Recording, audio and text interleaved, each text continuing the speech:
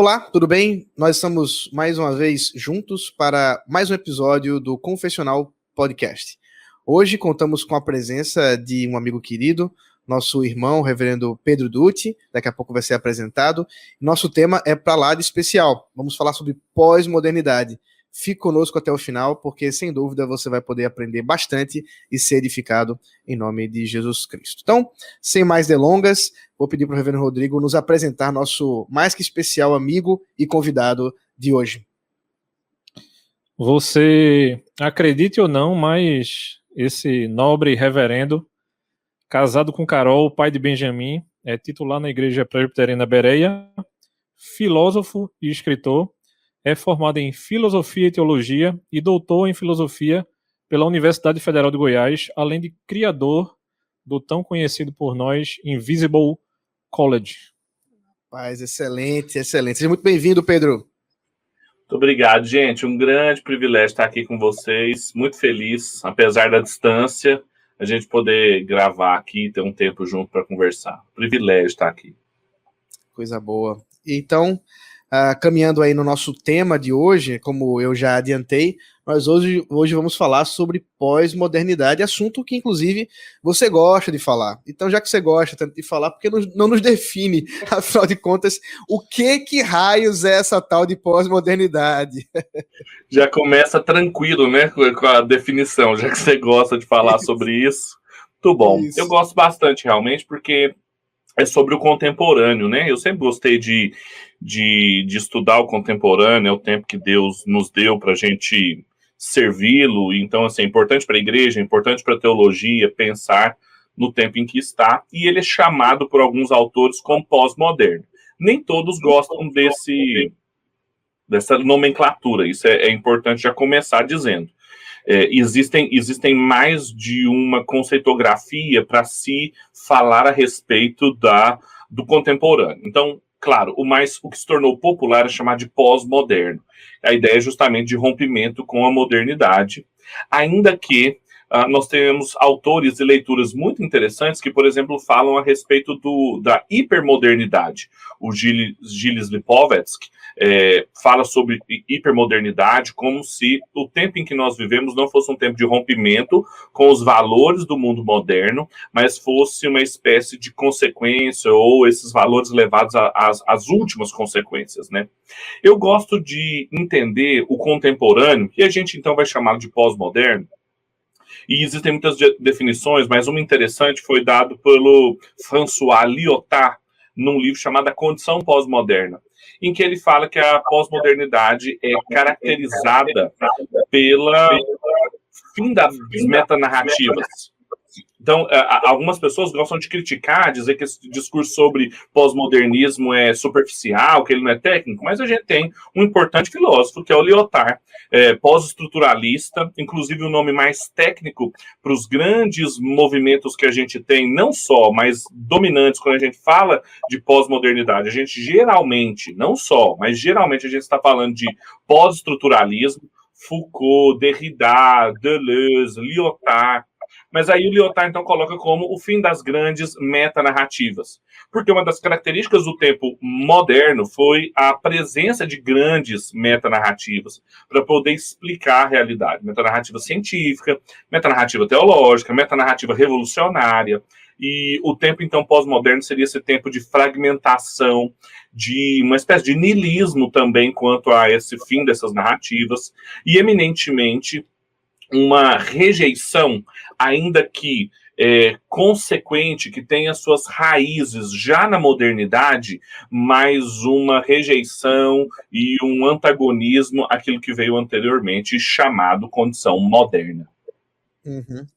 Eu não sei se você gosta dessa definição, mas também já foi usado a expressão, né, por Riquet usa, dos mestres da suspeita, que parecem, portanto, introduzir uma suspeita, como o Lyotard fala, com respeito à verdade, com respeito a qualquer tentativa de dar uma razão para as coisas que seja mais abrangente, né? Parece que agora tudo se torna um tanto quanto mais localizado, as expressões estão muito mais menores, né? Estão colocadas em um aspecto menor, enquanto que as abrangências da modernidade caíram por terra. Você gosta dessa expressão? É suspeita? Eu gosto. A gente pode falar que as filosofias, visões de mundo e as tendências do mundo contemporâneo são tendências de suspeita frente a grandes projetos. É um tempo de esgotamento. Uma outra forma também que a gente poderia lidar com isso é tentar definir a modernidade como um tempo do protagonismo das filosofias da identidade, e por isso das grandes narrativas, as tentativas de estabelecer longas linearidades racionalistas, empiristas, para falar a respeito do período moderno. Então, uma filosofia da identidade, uma razão universal, uma experiência religiosa universal, projeto do Schleiermacher, por exemplo, na teologia e na filosofia, projeto kantiano, né, de uma racionalidade universal, uma crítica da razão pura, enquanto que a filosofia pós-moderna ou contemporânea, pós-estruturalista, nega, por exemplo, estruturas muito amplas, né, e mais, então, localizadas. Então, uma crítica a essa racionalidade universal frente às racionalidades locais, as racionalidades, o anormal, o patológico, né, como o Foucault, por exemplo, vai falar. Então, por isso são chamadas de filosofias da diferença. A différance derridardiana, ela vai ser, então, muito importante para falar sobre essa afirmação do rompimento, da diferença, dos outros significados, e como que isso vai caracterizar o tempo contemporâneo. Alguns filósofos ainda mais recentes vão falar não mais nem de uma identidade, nem de uma diferença, mas uma filosofia da indiferença. George Agamben, por exemplo, na política e no direito, Judith Butler na filosofia queer, questões de gênero como indiferentes, Catherine Malabou e dentre outros vão falar então de uma indiferença em campos distintos. Indiferença hermenêutica, por exemplo, no autor, é indiferente quem é o autor ou não, porque eu uso o texto da maneira como eu quero. Então também, eu gosto também desse tripé de temporal, né, de filosofias da identidade, filosofias da diferença, e hoje uma aposta nas filosofias da indiferença, e com isso também nas teologias da indiferença. Antes da gente continuar aqui nas nossas perguntas, em termos de tempo, né, porque aí nossos ouvintes podem também se organizar um pouco mais em termos de ano, talvez, onde você coloca aquele pontinho dizendo assim, aqui, eu sei que é difícil, mas aqui começou a pós-modernidade. Alguns falam da Segunda Guerra Mundial, da Primeira Guerra. Como que você encontra na história essa pós-modernidade? Eu ia falar a Segunda Guerra Mundial. É um tempo de esfacelamento dos projetos modernos. Há projetos nacionalistas, projetos científicos, porque aí a ciência, a política, até mesmo alguns projetos teológicos e a igreja se colocaram a serviço das grandes catástrofes sociais que foram o período da guerra, né? Então, a Segunda Guerra ela é uma espécie, por isso que todos os estudantes de ética e filosofia contemporânea sempre ficam se perguntando sobre o paradigma de Auschwitz, fazendo referência ao campo de concentração ali na Polônia, né? Pensar a ética pós-Auschwitz, pensar a filosofia pós-Auschwitz, pensar a teologia pós-Auschwitz, porque ali, então, a gente tinha um dos principais campos de concentração, onde tivemos extermínios, onde tivemos crimes hediondos contra a humanidade, e então, uma série de parâmetros que serviam para a gente pensar o mundo até aquele momento. É claro, isso não aconteceu do dia para a noite, não foi com o campo de concentração. São tendências muito anteriores, mas que é uma espécie de marco didático para a gente entender que após isso a gente vai ter que rever muita coisa. Por exemplo, eu me lembro como a Hannah Arendt, por exemplo, aquela filósofa judia alemã, acompanhou o julgamento do Eichmann em Jerusalém, estava fugido e foi achado na Argentina, general alemão, e aí então ela foi lá esperando ver um monstro e encontrou um cara que cumpria ordens. E aí ela cunhou, né, a ideia de banalidade do mal. E ela foi muito criticada com isso, porque da comunidade judaica, todo mundo esperava, então, que ela pesasse a caneta na descrição dela, ela que era correspondente dos Estados Unidos na época, porque ela já tinha migrado por causa, obviamente, da fuga ao regime nazista.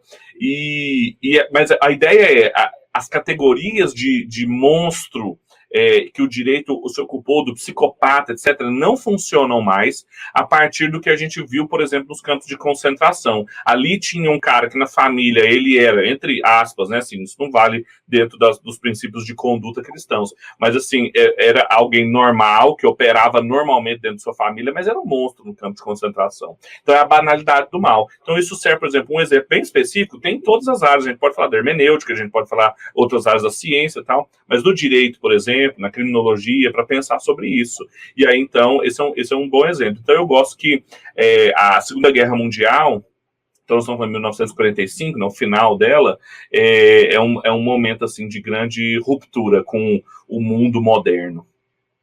Pedro, você estava falando aí da questão das metanarrativas, né, que caíram, né, com a pós-modernidade.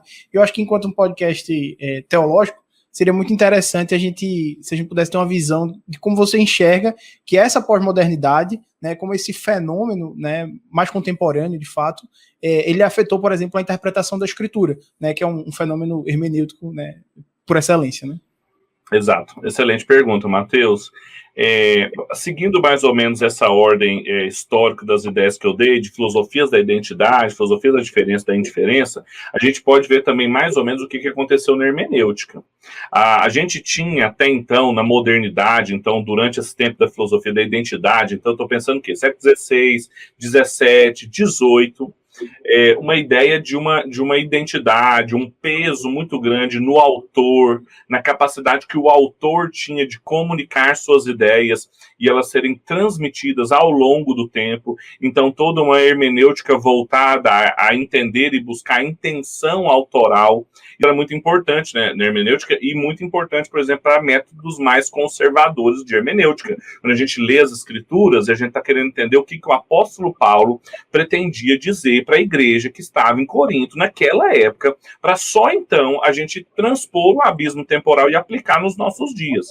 Só que com a crítica, essa crítica a essas grandes racionalidades universais e a impossibilidade e até mesmo o desinteresse, a suspeita em cima do interesse em querer reconstruir a intencionalidade do apóstolo Paulo, fez com que os autores começassem a tensionar a atenção hermenêutica para outros lados, por exemplo, para o próprio texto.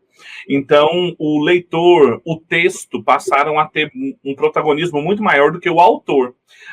O projeto da Différance, do Derrida, do Jacques Derrida, um filósofo franco-argelino, muito importante ali na década de 60 e 70 na França. Qual que é a ideia? É de você conseguir intencionalmente dar um outro significado, procurar uma diferença no texto. É você ser criativo, é você criar, é você dar novos significados a um texto despreocupado com a intenção autoral. Então, essa diferença, as filosofias da diferença, que começam... É muito interessante isso, porque você perguntou sobre a hermenêutica.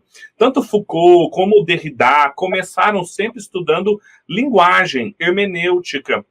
Era uma preocupação com o autor. Às vezes a gente se refere, por exemplo, ao Nietzsche. O Foucault fala isso no seu texto sobre a antropologia kantiana. Ele vai dizer que não foi o Nietzsche que matou Deus. Essa ideia, porque tem um aforismo famoso, né, do Nietzsche falando a respeito do homem que anunciou que Deus morreu. Ele falou assim, olha, não foi Nietzsche que matou Deus, foi o Feuerbach que matou Deus. Aí, na crítica que ele faz ao cristianismo. O Nietzsche matou o homem. E quando o Nietzsche matou o homem, ele matou o autor. Ele matou a ideia que a gente tinha de alguém ser o autor de uma ideia e ela poder perpassar a história e chegar até nós. Então isso mexe na hermenêutica, porque essas mudanças teológicas, depois antropológicas, vão ter consequências hermenêuticas. Se a gente não tem mais um autor, nem um autor com A maiúsculo, nem um autor com A minúsculo, a gente não tem a capacidade, então, de ficar preocupado com isso. E aí a gente coloca suspeitas. Por quê? Porque toda tentativa, e aí já pensando de maneira pós-moderna, toda tentativa de você apresentar uma ideia dessa, assim, falando, não, o apóstolo Paulo quis dizer isso aqui. você está sendo dogmático, você está sendo totalitário, você está colonizando pensamento, porque eu posso ler o apóstolo Paulo de uma outra maneira, e aí o leitor e o texto assumem protagonismo muito maior. Então isso mexe muito na hermenêutica. A chamada hermenêutica pós-moderna, a hermenêutica pós-estruturalista, é uma hermenêutica que tensiona, se a gente for pensar na hermenêutica sempre como um tripé de autor, texto e leitor, eles tensionam muito mais para o leitor e para o texto. E isso gera uma série de problemas, porque, claro, o leitor e o texto têm papel fundamental. Se a gente pega autores como, por exemplo, John Frame, no seu triperspectivismo, a gente pode aplicá-lo aí a esse tripé também. O próprio Kevin Van Hooser faz isso no seu livro Há um Significado nesse Texto. Não há problema o leitor e o texto terem lugar de importância, junto com o autor. O grande problema é a gente desconsiderar o autor. O autor morreu. O autor com a letra A maiúscula, uma clara referência a Deus, morreu também. Então o que sobra? Sobram as leituras particulares, sobra as leituras específicas, limitadas à história, limitadas à perspectiva situacional e nada normativo, e limitado então à situação e à existência de quem lê. Então isso gerou mudanças na hermenêutica radicais. A gente não tem critérios mais para poder aplicar nada a discussão nenhuma. Eu não sei se seria o caso, mas você conseguiria fazer uma diferenciação para a gente do princípio reformado de livre interpretação das escrituras, como muitos falam, ou de livre acesso às escrituras, e essa relação com a pós-modernidade, fazer talvez uma diferenciação entre as duas coisas, porque muitas vezes a leitura teológica da pós-moderna envolve-se com isso, dizendo assim, não, nós não estamos fazendo nada além daquilo que os reformadores disseram. Né? Sim. Então talvez pudesse fazer uma diferenciação. Sim, há uma acusação bem contemporânea que tem se tornado cada vez mais popular sobre como que as raízes do mundo contemporâneo nasceram, por exemplo, da Reforma. A Reforma desencantou o mundo, a Reforma ampliou e de maneira plural as crenças, né? A ideia do Charles Taylor, por exemplo, a leitura do Charles Taylor, filósofo canadense que escreveu Uma Era Secular, um livro grande e importante. Qual que é a diferença disso? Bem, quando os reformadores falaram de uma leitura, um livre acesso à escritura, o contexto disso era a Idade Média, em que e as pessoas não tinham acesso às escrituras, tanto por questões, claro, políticas de controle mesmo, institucionais da igreja. A educação estava reservada às elites e aos quadros da igreja, como também em termos de linguagem, em termos culturais. Ela estava num idioma que não era idioma franco, as pessoas não falavam ou não conseguiam ler o latim, e até mesmo quem lia, as traduções não eram boas. Há sempre o exemplo da palavra mal, em latim, que é muito próximo à palavra maçã, e a tradução da Vulgata, então, colocou a ideia de que teriam comido uma maçã ali no jardim do Éden, e bem, não tem nada a ver, diz respeito a traduções ruins. Esse princípio, então, batido dos reformadores, muito ligado ao renascimento moderno, é de que vamos direto às fontes, vamos traduzir o Novo Testamento do grego para o alemão, do grego para o francês, do grego para o inglês, as coisas que estavam acontecendo, inclusive, na pré-reforma com o Tyndale, para que as pessoas possam ler, para que elas tenham um livre acesso, mas não que elas possam ler de qualquer jeito, elas continuavam lendo com a tradição, elas continuavam lendo com a igreja, a comunidade. Eles não tinham mais a ideia de um magistrado que podia, claro, impedir leituras e dizer o que era oficial ou não, mas tinha a ideia de que não podia ler de qualquer forma. Por quê? Porque o autor é importante, como a igreja reagiu a isso ao longo dos séculos é muito importante, e esses princípios diziam respeito à visão da realidade protestante. Ela não abria mão do autor, ela não abria mão da comunidade, ela não abria mão da tradição, ela estava resistindo a abusos institucionais e limites culturais de uma época que não permitiam as escrituras serem acessadas pelas pessoas. E aí toda a importância das crianças serem alfabetizadas, novos projetos educacionais, a diferença, por exemplo, dos países colonizados por protestantes, os países colonizados por católicos, há uma educação voltada para a elite e uma educação voltada para as massas, a gente poderia dizer assim. Porque por que se educava todo mundo? Para poder ler a Bíblia. Até hoje, no manual de culto das igrejas presbiterianas, por exemplo, em que nós vamos fazer o batismo de uma criança, há a instrução aos pais de ensinarem a criança a ler, para que ela possa aprender as escrituras. Parece meio bobo hoje em dia que todo mundo quer ensinar as suas crianças a ler, mas qual que é o contexto disso? Exatamente esse da reforma, do livre acesso, mas não de qualquer tipo, sem estruturas hermenêuticas tradicionais, que inclusive levam a contradições performáticas muito grandes dentro do próprio pós-modernismo. Voltando então à pergunta do José Matheus mais cedo, que é como que o Derrida, por exemplo, quando a gente está lendo o Derrida, existem teses de mestrado e doutorado escritos sobre Derrida. Existe uma forma certa de ler o Derrida, de ler o Foucault. Eu não posso ler o Foucault de qualquer jeito. Eu não posso falar que o Foucault quis dizer uma coisa que ele não disse. E por que na Bíblia eu posso fazer isso? Por que com o texto de outros autores eu posso fazer isso? Isso é uma contradição performática. Isso demonstra que na performance de alguma coisa, ao fazer alguma coisa, eu entro em uma contradição. É óbvia, porque o Foucault se comunicava, ele escrevia para as pessoas lerem e entenderem suas ideias, mesmo que ele não quisesse, mesmo que ele tivesse suspeitas, vamos colocar nos termos mais honestos possíveis e mais generosos possíveis, mesmo que ele tivesse suspeitas, se fossem suspeitas últimas, um ceticismo pirrônico, de Pirro, né, referência a Pirro, ao habitante lá do mundo antigo, se fosse um ceticismo desse, ele nem escreveria, ele nem falaria nada, como o próprio Pirro entrou numa série de contradições. Então, assim, há ingenuidades e infantilidades dentro de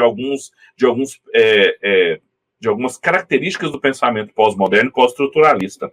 Um livro interessantíssimo, para a gente abrir um parênteses, que a gente está falando muito a respeito, mas não tem muitos contrapontos. Um livro que eu gosto muito, tá sem edição há muito tempo, então eu espero que quando você estiver ouvindo, você corra e procure ele usado aí nas plataformas, Estante Virtual, Mercado Livre e tudo mais. É um livro do Luc Ferry e do Alain Renaud, que são dois filósofos franceses que depois ficaram muito popularizados, mas têm formação técnica na área, escreveram um livro chamado Pensamento de 68, em que eles mostram essas contradições, só que eles escreveram esse livro na época que o Foucault e o Derrida estavam vivos. E eles escreveram, assim, criticando a obra deles, e dizem as resenhas que o Derrida chorou quando leu esse livro. Ele chorou não de emoção, mas de raiva. Eles iam dar palestras sobre esse livro, as pessoas esperavam eles com paus e pedras fora da universidade, fora dos auditórios, porque queriam bater neles, assim, de tão forte que foi a crítica. Eles que são especialistas em Kant e Heidegger, em Kant e Nietzsche, mostrando que tudo que está no Derrida e no Foucault nada mais está do que lá no Kant e no Nietzsche. Então, a filosofia alemã, que foi digerida ali pelos franceses, popularizada, e chega nos Estados Unidos, encontra morada lá nos Estados Unidos, muito grande, a recepção americana foi muito grande na filosofia derridadiana, Foucaultiana, e aí, então, chega aqui para o Brasil e toma conta das universidades brasileiras. Pedro, a gente, dando continuidade ao que tu vem nos trazendo, eu estava lembrando aqui que quando eu te conheci, pessoalmente, né, óbvio, tu estava falando sobre igreja pós-tudo, e tu tocou no assunto dessa questão dessa modernidade líquida. Onde é que isso se encaixa com tudo isso que a gente já vem conversando? Muito bom, foi mesmo, né? Idos de 2017, lá no auditório da Livraria Cultura, em Recife. Né? Foi, muito bom. Então, eu acho que a igreja, claro que enquanto na sua perspectiva institucional, temporal, ela bebe e ela acaba refletindo e ela sofre dessas tendências culturais, intelectuais. que recebe nomes também, né? Ora mais precisos, ora menos precisos, mas a igreja emergente, a reconfiguração da igreja, a reimaginação da igreja. Nós temos ali alguns livros importantes a respeito disso, do Brian McLaren, do Franklin Viola, O Cristianismo Pagão, Reimaginando a Igreja, Ortodoxia Generosa. Foram obras muito importantes ali, então, no final dos anos 2000, em que começou-se a pensar essas consequências, essas críticas que foram feitas às racionalidades universais, aos projetos universalizantes, para também criticar as igrejas que eram montadas sobre esses princípios assim que serviriam em qualquer tempo, em qualquer lugar, princípios administrativos, princípios litúrgicos, princípios teológicos, eclesiásticos, que seriam aplicados às igrejas, e então esse pessoal falando assim, olha, isso aí o Franklin Viola vai longe, ele fala, isso é paganismo. Cada uma dessas características, de dar dízimo a usar gravata, tudo paganismo no interior da igreja. E é um livro, assim, impressionante, não sobra nada, assim, do que não é paganismo pro Viola. Bem, a grande ideia é a seguinte, o ponto aqui se trata de, claro, uma crítica à identidade, às igrejas e aos projetos eclesiásticos que, desrespeitando a perspectiva situacional de cada lugar onde elas são plantadas, sua cultura, as pessoas, a comunidade onde elas estão, tentariam imprimir a qualquer custo uma identidade duradoura sem aplicações culturais. Essa é a grande, colocando em termos bem generosos, a grande reivindicação, por exemplo, do movimento emergente. A gente pode dizer assim. Agora, qual que é o problema disso? É que existe uma distância muito grande entre a gente pensar as bases culturais que uma igreja inevitavelmente vai estar envolvida ao ser plantada num determinado lugar, plantando uma igreja em Pernambuco, em Recife, uma em Goiás, aqui em Goiânia, é óbvio que existem aspectos situacionais distintos. Outra coisa muito diferente é dizer que não existe nenhuma estrutura que perpassa o tempo e que qualquer tentativa disso é imprimir religiosidade, é imprimir uma estrutura pesada que é pagã, etc. Por exemplo, vamos aplicar essas coisas para quem estiver nos ouvindo, não ficar só na abstração. Há uma extensa discussão a respeito da liturgia, por exemplo, o que a gente chama de música cristã contemporânea. Se a gente usa música cristã contemporânea na igreja, e música cristã contemporânea é quase que o que todas as igrejas evangélicas brasileiras cantam. As bandas, as músicas de comunidade, etc., em oposição a o que seria a inódia, talvez, mais tradicional da igreja, e remontando, inclusive, a heranças do passado, vindo da Europa e dos Estados Unidos. Qual que é a questão aqui? Tem duas questões aqui intrincadas. Tem a questão cultural, entender a cultura, e tem a questão de teologia litúrgica, entender a própria liturgia. E eu sei que vocês têm podcasts e projetos de abordar muito mais profundo cada um desses pontos. Mas, basicamente, o que está em jogo aqui? A cultura não é uma coisa que a gente pega no ar, né? E é engraçado que essas pessoas, geralmente envolvidas com plantação de igreja, teologia contemporânea e tal, falam da cultura como se ela fosse uma entidade com vida própria. Nós vamos dominar a cultura, nós vamos conversar com a cultura, nós vamos dialogar com a cultura, coisa do gênero. Como se a cultura fosse alguma coisa que a gente dialoga com ela. Isso não existe. É muito melhor a gente colocar na forma de um verbo cultural. Tudo aquilo que não é desvelamento natural é desvelamento cultural. Tudo na realidade que não se desdobre, se desenvolve naturalmente, uma planta, um cachorro, seres humanos nascendo e morrendo, ele se desenvolve culturalmente. Ideias, roupas, tecnologia, idioma, economia. Então, é óbvio que sempre que humanos estiverem envolvidos em alguma coisa, e a forma como Deus escolheu para que ele fosse cultuado, envolvia aspectos culturais. Isso é óbvio. Agora, existiam princípios teológicos perenes que perpassavam as instâncias particulares do culto. E é entender isso que é o grande trabalho para que uma igreja seja responsável na sua presença num lugar, porque ela, claro, ela vai estar sempre fazendo isso de maneira cultural, mas sem dizer que não existem princípios perenes, porque o que temos base para dizer que não tem princípios perenes? A gente volta naquela hermenêutica lá atrás, que não tem autor, que não tem normatividade, não tem perspectiva normativa quanto a como Deus quer ser adorado, o que pode ser feito, o que não pode, e as escrituras são cheias disso. O Mark Dever, no seu livrinho lá sobre as 9 marcas de uma igreja saudável, ele dá um exemplo muito interessante, para a gente desmistificar um pouco isso. Ele fala, olha, uma igreja, ele está discutindo as igrejas Six Sensitive, né? As igrejas construídas com base para agradar a sensibilidade das pessoas. Ele fala, olha, a gente tem que tomar cuidado em aplicar esse contexto a só igrejas, por exemplo, emergentes e tal. Por quê? Porque ele não fala isso, mas normalmente o que está em jogo aqui é cultura. Uma igreja que só tem coral no seu louvor e na sua música, ela está atraindo, ela está tentando dialogar com uma determinada cultura. Dado que a gente não tem uma prescrição explícita quanto a isso nas escrituras.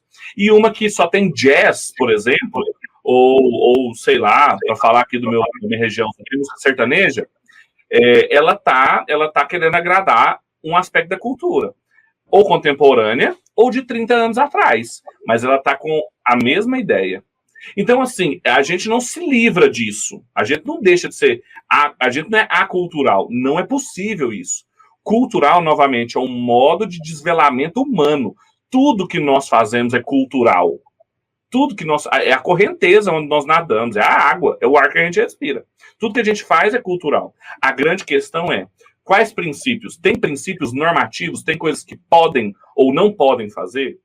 Uma igreja que a gente julga que foi imensamente afetada pelo pós-modernismo na sua eclesiologia, ela vai dizer, não, a gente faz de acordo com a cultura, a gente faz de acordo com a situação. Se a situação pede jazz, se a situação pede confissão de pecados ou não, se a situação pede exposição bíblica ou não, se a situação pede um culto menor ou maior, isso é a situação que decide. É a história que decide, é a cultura que decide. Isso é uma espécie de historicismo, isso é uma espécie de pós-estruturalismo, não tem estruturas litúrgicas, teológicas, bíblicas, autoritativas, normativas. Por quê? Porque não tem autor.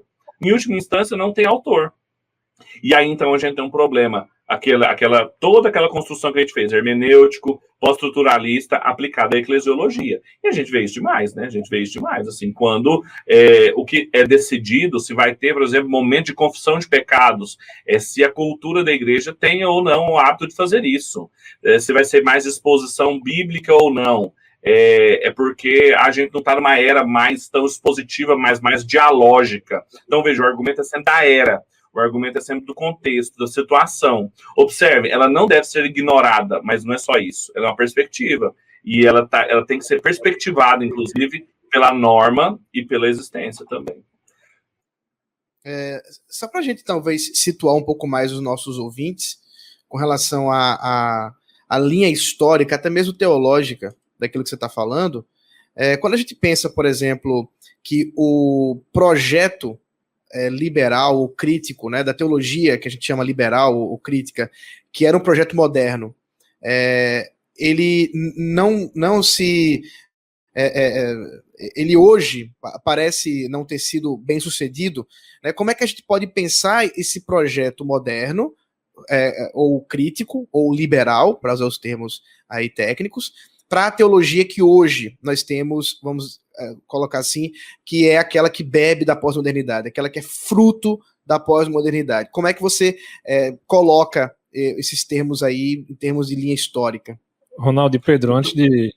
interrompendo um pouquinho aí a resposta, talvez atrapalhe um pouco o Pedro, mas eu estava lembrando aqui um pouco de duas coisas que se envolvem com essas questões, né? Uma coisa que eu estava lembrando era de Salvador Dalí, do período que ele nasce, da arte que ele faz, e aí me veio à memória automaticamente Bonhoeffer. Eles nascem no mesmo período. E Bonhoeffer, ele sofre justamente a questão dessa pergunta que Ronaldo faz aí. O período teológico de Bonhoeffer está encaixado justamente nessa problemática. E aí eu fico pensando, um pouco envolvendo do que a gente está falando de teologia e filosofia, de como Dalí constrói essa arte dele, que é completamente desconstruída, na verdade, né? Pós-existencialista. E aí me vem à mente um pouco depois de quando Schaeffer cria o Labrie. Quer dizer, a gente tem Dalí e Bonhoeffer pré-Primeira Guerra, e a gente tem Schaeffer abrindo o Labrie pós-Segunda Guerra. E aí eu solto a bomba e deixo o Pedro caminhar. Tranquilo, né? Por um lado, o Ronaldo pergunta do liberalismo e depois da teologia contemporânea, e o Rodrigo fala de Salvador Dalí, Dietrich Bonhoeffer, Francis Schaeffer e o Labrie. Muito, muito bom. É um outro podcast que a gente começou a gravar agora? É um novo episódio? É um novo episódio agora, né? A última pergunta? Muito bom, muito bom. Mas eu acho que tem tudo... Faz teu jogo. Tem tudo a ver. Dá teus pulos, né? Tem tudo a ver, tem tudo a ver. Bem, o Rodrigo falou uma coisa, o Rodrigo deu nomes que ilustram os movimentos que o Ronaldo menciona, que eu acho que facilita muito. Por exemplo, às vezes a gente usa o nome liberal, teologia liberal, de maneira muito solta, muito frouxa, porque a gente chama qualquer coisa de teologia liberal, o fulano é um liberal, quando na verdade às vezes ele é neo-ortodoxo, ele é pós-estruturalista, é uma teologia às vezes identitária. Eu tenho um amigo que foi estudar numa universidade canadense e a vida toda todo mundo falando para ele, olha, toma cuidado, que a Vancouver School of Theology, ela é liberal. E ele chegou lá e o que ele descobriu? Que ela é neo-ortodoxa. Então, assim, ela não é liberal, ela é neo-ortodoxa. Então, assim, essas diferenças são importantes. Por quê? Isso que o Ronaldo perguntou. Teologia liberal, ela é uma filha mais legítima da modernidade. Ela é racionalista, a razão, e principalmente essa razão alimentada pelo cientificismo, pelo positivismo da época, que lia as escrituras e recortava as páginas das escrituras com base nos princípios da sua racionalidade, é que demandava e fez da teologia liberal o quem ela era. E, por exemplo, Dietrich Bonhoeffer, Abraham Kuyper, Hermann Bavinck, todos eles estudaram em universidades e com grandes nomes da teologia liberal. Ou na Alemanha, no caso do Bonhoeffer, ou na Holanda, no caso do Bavinck e do Kuyper, na Universidade de Leiden e na Universidade de Berlim. Então, ali, os dois casos, a gente tem, então, autores que não são liberais, crescendo nesse ambiente. E aí, então, eles responderam a isso, então, já na metade do século XX, ou no começo do século XX, no caso do Kuyper e do Bavinck, a esse projeto moderno de se fazer teologia. Que era um projeto, então, que as escrituras tinham sido muito judiadas por causa da razão humana, que se viu que isso tinha entrado em colapso. Por exemplo, o que a gente chama de neo-ortodoxia, ou teologia da crise, diz respeito à crítica que o Karl Barth, teólogo suíço, fez também à teologia liberal, só que numa outra direção. Então, em tudo isso, a gente vai percebendo o quê? Há tentativas já de identificar o esfacelamento do projeto moderno, de perceber que o projeto moderno não levou a uma piedade, não levou a uma resposta para a igreja que estava sofrendo. A obra do Bonhoeffer é muito viva nisso. Ele ainda fica no meio do caminho, porque ele também não era neo-ortodoxo. E alguns dizem, então, que o Bonhoeffer vai ser o avô das teologias da identidade, das teologias do sofrimento, por causa do seu cristianismo sem religião, presente ali nas suas cartas escritas na prisão. De qualquer forma, o que está em jogo ali? Um reconhecimento de que a teologia, essa teologia racionalizante, esse projeto moderno, não respondia às necessidades da igreja, não respondia às necessidades da subjetividade moderna tardia, e que era preciso de mais do que isso. E o Bonhoeffer, então, procura isso na vida em comunhão, procura isso num seminário clandestino lá em Finkenwald, aonde ele encontrava a possibilidade de poder de pastorear as crianças, discipular os seus alunos de uma maneira não acadêmica, não sobre os princípios científicos que tinham sido cooptados pelo regime nazista, quando também cooptou a universidade para si, eram instituições governamentais, então foram juntos com o regime. No caso do Kuyper e do Bavinck, é uma outro viés, que eles nasceram de novo, realmente, assim. É engraçado que a experiência, por exemplo, que o Bonhoeffer teve, o Huckmacher também teve, de converter-se na igreja negra americana, a música, o Negro Spirituals e a igreja que estava ali começando a se organizar para o que vai ser depois, algumas décadas depois, a luta por direitos civis nos Estados Unidos, foi onde eles viram um cristianismo muito mais vívido, eles vindo ali da Europa, marcada e judiada pelo liberalismo. Então, todos ali se converteram, mesmo tendo nascido cristãos, se converteram. E aí, então, em trajetórias muito distintas, mostraram que era necessário alternativas. E aí, então, o neocalvinismo é uma alternativa, neo-ortodoxia é uma alternativa, a teologia do Bonhoeffer foi uma tentativa muito minoritária, mas foi com seus representantes depois parcelados, e as teologias contemporâneas. E aí onde que entra as teologias contemporâneas? Elas já nascem, então, nessa crítica, nesse pressuposto de que tudo aquilo que vem da modernidade deve ser criticado por causa dessa teologia liberal, mas também do que veio antes, que aí entra a reforma, entre o protestantismo, o escolasticismo protestante, ou chamado, né, período ali pós-reforma. E, marcadamente, a crise que se instalou, novamente a suspeita, e um dos nomes da neo-ortodoxia, por exemplo, é teologia da crise. A crise que se instalou com esses grandes narrativos, com esses grandes projetos teológicos. E aí, então, começa a se falar de projeto teológico latino-americano, projeto teológico feminista latino-americano, projeto teológico de movimentos de luta por libertação negra, e por aí vai. Então, eles se tornam muito mais circunstanciais, eles se tornam muito mais pontuais. E a teologia contemporânea, então, já 2, 3 gerações posterior à teologia liberal, ela nasce dessa crise. Crise que a teologia liberal resultou, crise advinda dos abusos que ela ocasionou e que não trouxe respostas, mas que movimentos muito interessantes estavam ocorrendo paralelamente e que também viram esse problema. O calvinismo, como nós mostramos, e aí, por exemplo, o Schaeffer, como que o Schaeffer viu isso lá nos Estados Unidos, lá no seminário de Westminster, que também recebia esse tipo de leitura crítica à teologia liberal e à teologia neortodoxa com seu professor, Cornelius Van Til, e depois, quando ele foi para a Europa e montou o Labri, também era uma coisa circunstancial, pequena, feita mais em diálogo com a tradição protestante, sem romper com estruturas teológicas mais tradicionais. Então, sim, há uma crítica que deve ser feita, há uma suspeita que se deve ter com determinados tipos de abuso nos projetos teológicos muito dependentes do espírito do tempo filosófico, seja ele positivista, seja ele subjetivista, historicista. É possível fazer essa crítica. Bons nomes fizeram, Kuyper, Bavinck, Van Til e depois, contemporaneamente, o Schaeffer. Só que eles fizeram essa crítica, mas foram por um caminho distinto, não tensionando para um outro lado a crise, como fez o Karl Barth, por exemplo, e como fizeram as outras teologias, as teologias da libertação, e por aí vai. Pedro, para a gente encaminhar para o final, a gente falou muito de quais são os perigos, de como a pós-modernidade afetou a interpretação da escritura, o que é a modernidade líquida, enfim, a gente falou muitas coisas, né, meio que sempre para um lado mais negativo. Mas será que a gente poderia dizer que tem benefícios da pós-modernidade para a igreja cristã?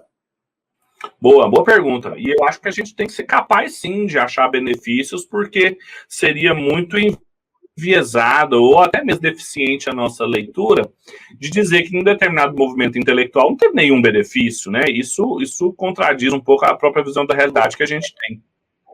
Eu gosto de um livro, apesar de achar que ele foi, assim, ufânico demais, otimista demais, mas eu gosto do projeto como um todo. Eu gosto de um livrinho do James K.A. Smith, chamado Quem Tem Medo do Pós-Modernismo. Ele é um livro escrito em 2006, se eu não me engano. Então, uma obra bem recuada, uma época interessante do Smith, que foi uma série de palestras que ele deu no Labri da Suíça, aonde o subtítulo é Trazendo Foucault, Derrida e Lyotard para dentro da igreja.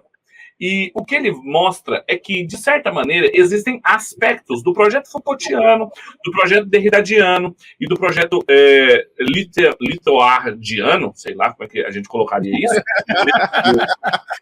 Eu tinha falado esse termo é novo aqui, é exclusivo para o Confessional Podcast. Mas a ideia é mostrar que... Isso, Lyotardiano. a ideia de... Para patentear esse neologismo aí. Vamos. Como que eles têm aspectos que são produtivos. Por exemplo, é claro que eu não posso concordar com tudo que o Foucault faz numa relativização quase que absoluta das racionalidades, dizendo que não há nenhum tipo de racionalidade ou de princípio racional que é mais ou menos perene, mas eu também não posso concordar com Immanuel Kant, que existe uma racionalidade assim unânime entre as pessoas. É claro que não.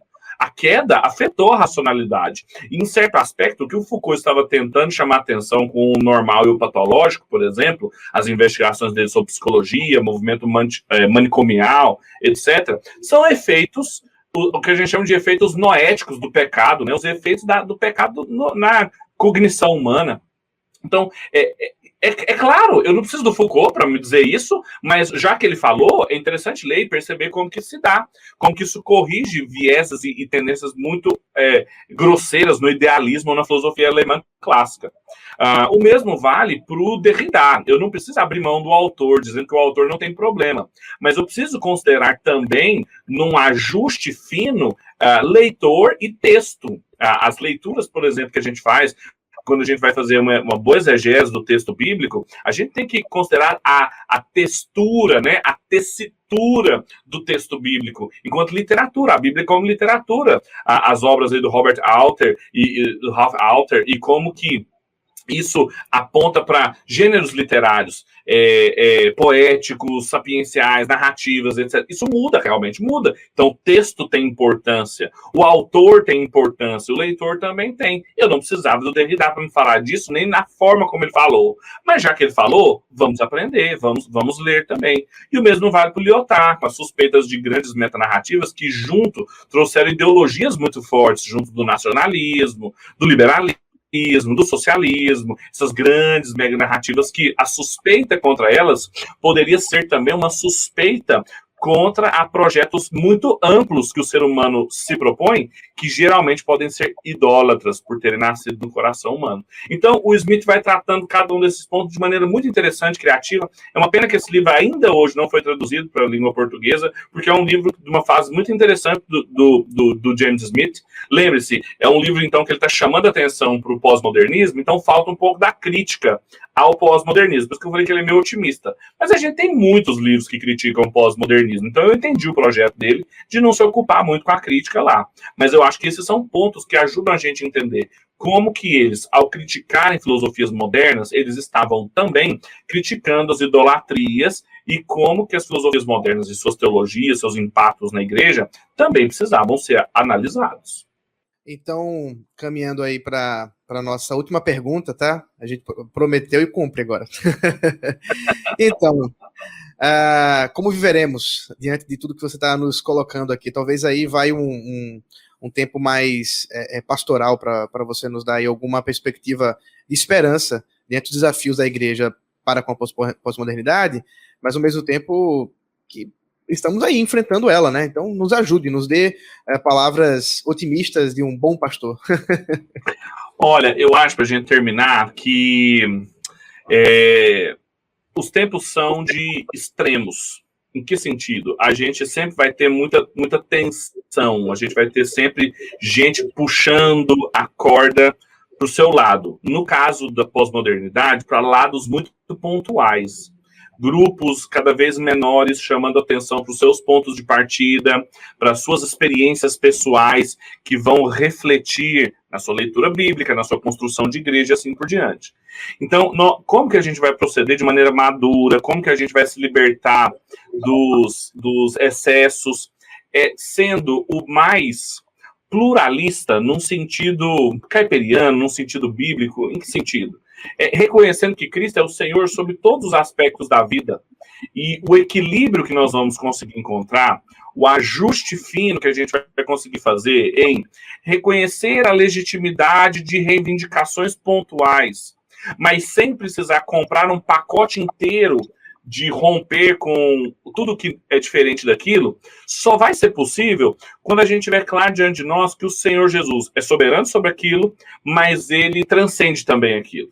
Ele é tanto imanente quanto transcendente, ele é tanto o Senhor sobre aquela situação, sobre aquela condição de vida, sobre a condição da mulher, sobre a condição de quem está em vulnerabilidade, sobre a igreja, sobre a cultura, ao mesmo tempo em que ele não se identifica com isso.